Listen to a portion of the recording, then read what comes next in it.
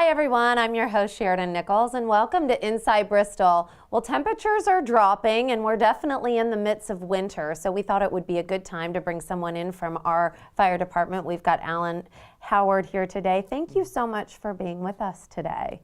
And he's going to talk to us about some fire safety prevention that we need to know during the winter months, and also talk a little bit about fire sprinklers that are in a lot of our businesses and some of our new construction homes.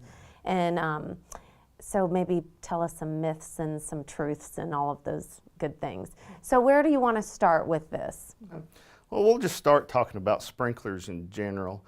A fire sprinkler system is quick acting, doesn't use as much water as the fire hoses do, and it catches a fire much earlier.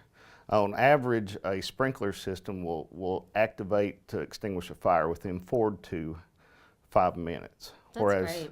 Whereas a fire department is just arriving on scene in that 4 to 5 minute span in the best case scenario.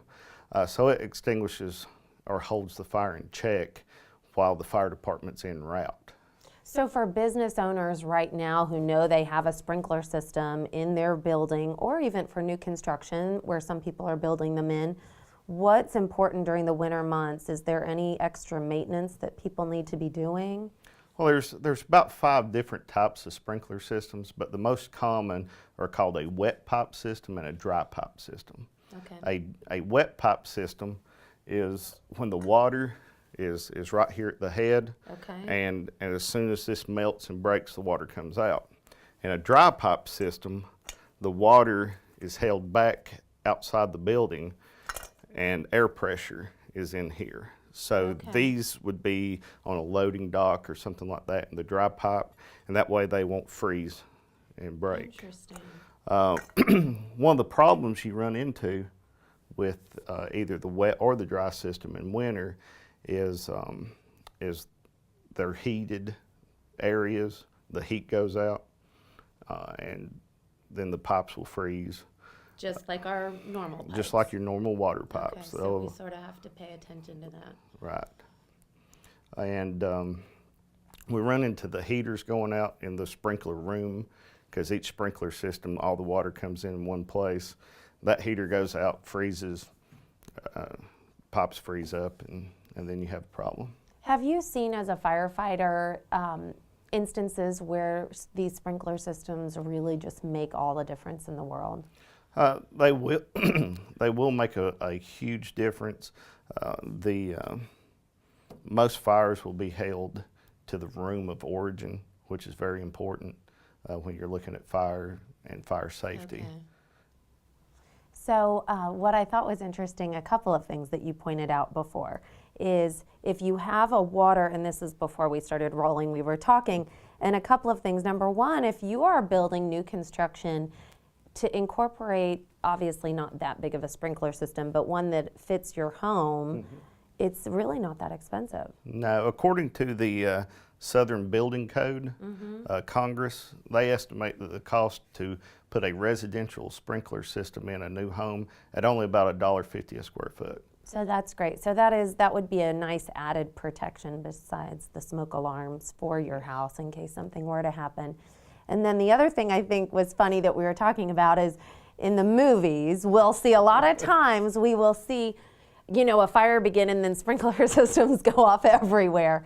But you're telling me that this is not true. No.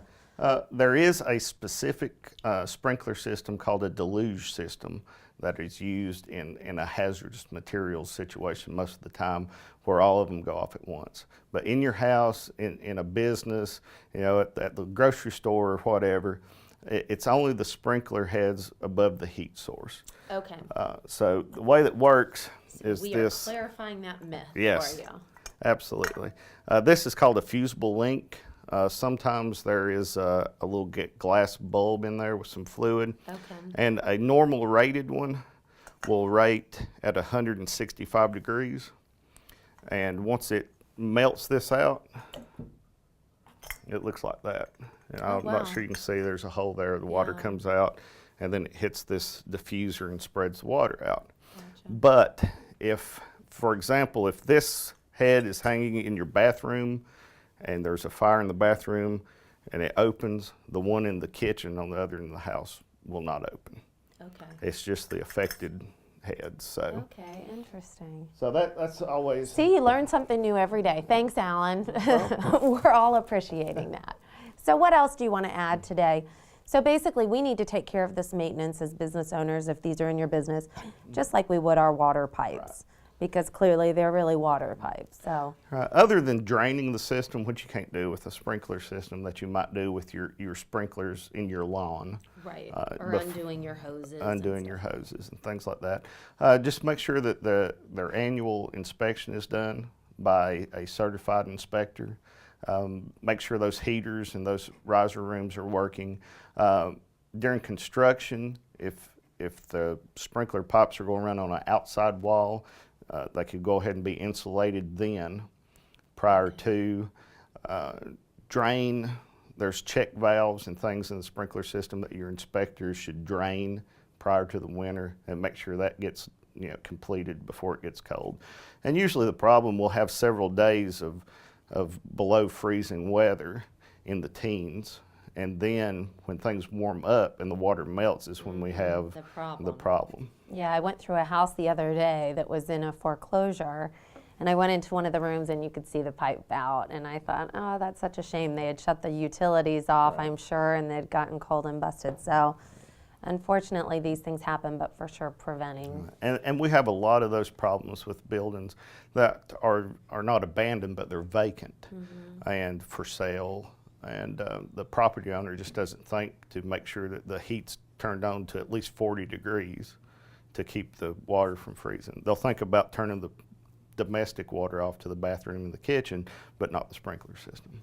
Great. And then also fixing broken windows, and there are some other things that you can do that can protect. Right. Make sure if the window, no broken windows, no broken doors, weather seal around your windows and doors, especially to any room that has the exposed sprinkler piping. Well, thank you. We appreciate you being on the show today and giving us some good information and clearing up some myths. That's always important. So thanks, Alan. Thanks for joining us. And stay tuned because we will be right back.